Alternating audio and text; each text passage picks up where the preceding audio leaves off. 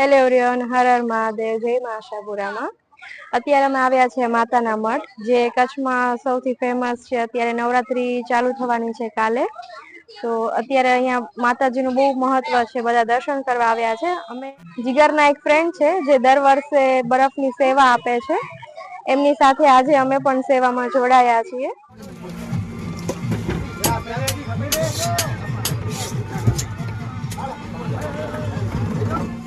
જાતો આના આના